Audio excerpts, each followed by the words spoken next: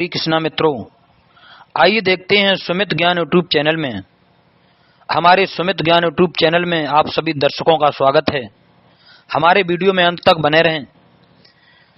एक बार की बात है, महाभारत का युद्ध समाप्त हो चुका।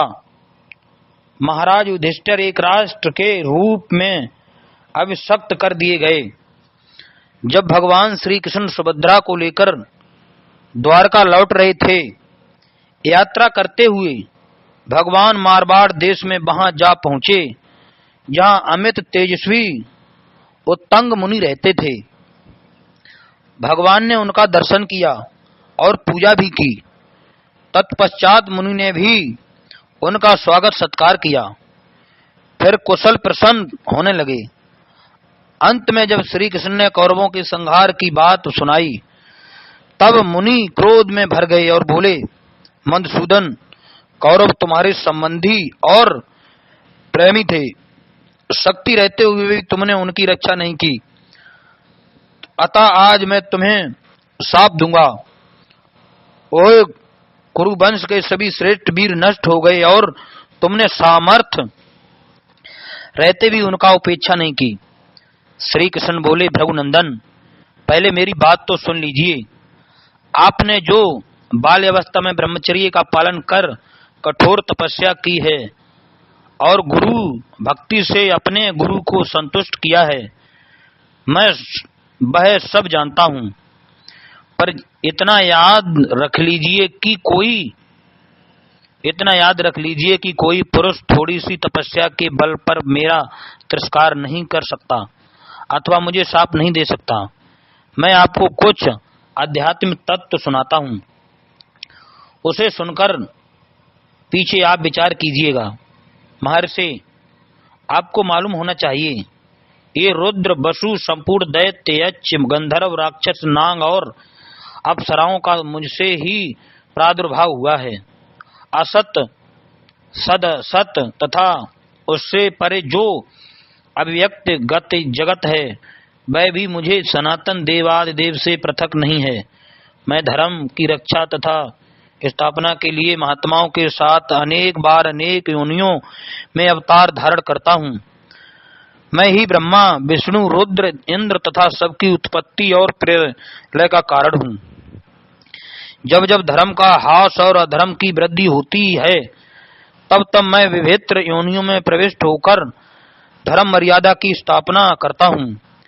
जब देव योनि में अवतार लेता हूँ, तब मेरे सारे आचार व्यवहार देवताओं के सुदृश होते हैं। गंधर्व योनि में अवतार लेने पर गंधर्वों के समान तथा नाग, यक्ष, राक्षस योनियों में अवतार लेने पर उन योनियों के सुदृश आचार व्यवहार का पालन करता हूँ। इस समय मैं मनुष्य रूप में प्रकट हुआ हूँ।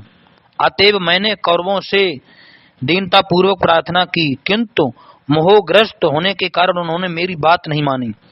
अतः युद्ध में प्राण देकर इस समय वे स्वर्ग में पहुंचे हैं। इस पर हुतंग ने कहा, जनार्दन, मैं जानता हूं आप जगदीश्वर हैं। अब मैं आपको शाप नहीं दूंगा। आप कृपा कर अपना विश्व स्वरूप मुझे दिखलाएं। तत्पश्चात भगवान ने उन्हें सनातन विष्णु स्वरूप का दर्शन कराया और वर मांगने के लिए प्रेरित किया। उदंग ने उस मरुभूमि में जल मिलने का वर मांगा। भगवान ने कहा, जब भी जल की आवश्यकता हो तब तब मेरा स्मरण कीजिए। यह कहकर श्री कृष्ण द्वारका को चल पड़े। एक दिन उदंग मुनि को बड़ी प्यास लगी। वे पानी के लिए चारों ओर घूमने लगे। इतने में ही उन्हें श्री कृष्ण की बात स्मरण हो आई। उन्होंने श्री कृष्ण को याद किया। तब तक देखते क्या हैं कि एक नंग धड़ंग कुत्तों से घिरा भीषण आकार का चांडाल चला आ रहा है। उस चांडाल के मूत्रेंद्रिय से अजस्त्र जल की धारा गिरती दिखाई देती थी। वह मुनि के निकट आकर बोला, महर्षि, आपको प्यास से व्याकुल देखकर मुझे बड़ी दया लगती है। आप जल्दी आकर मेरे पास जल पी लीजिए। यह सुनकर कुपित होकर उतंग उस चांडाल को डांटने लगे तथा वर देने वाले श्री कृष्ण को भी भला बुरा बकने लगे। उनके इनकार करने पर कुत्तों के साथ चांडाल वहीं गायब हो गया। यह देखकर महात्मा उतंग समझ गए कि श्री कृष्ण की ही यह सब माया है।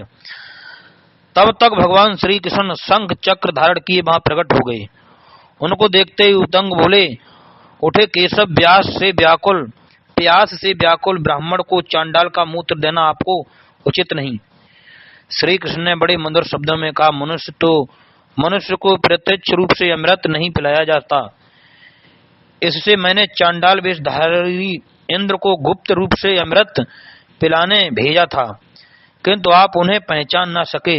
पहले तो देवराज आपको अमृत देने को तैयार नहीं थे, पर मेरे बार बार अनुरोध करने पर वे इस शर्त पर आपको अमृत पिलाने तथा अमर बनाने पर तैयार हो गए कि यदि ऋषि चांडाल वेश में तथा कथित ढंग से अमृत पी लेंगे तब तो मैं उन्हें दे दूंगा, और यदि वे ना लेंगे तो अमृत से वंचित रह जाएंगे।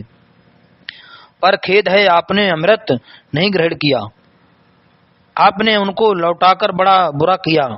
अस्तु, अब मैं आपको पुनः वर देता हूं कि जिस समय आप पानी पीने की इच्छा करेंगे उसी समय बादल मरुभूमि में पानी बरसा कर आपको स्वादिष्ट जल देंगे। उन मेघों का नाम उतंग मेघ होगा। भगवान के यूं कहने पर उतंग तब से बड़ी प्रसन्नता से वहीं रहने लगे। अब वे उतंग मेष मारवाड़ की मरुभूमि में पानी बरसाते रहते हैं। जय श्री कृष्णा। मित्रों, हमारे सुमित ज्ञान यूट्यूब चैनल को सब्सक्राइब करें, लाइक करें, और भी ज्ञानवर्धक वीडियो आप लोगों को इसी तरह से मिलते रहेंगे। राधे राधे।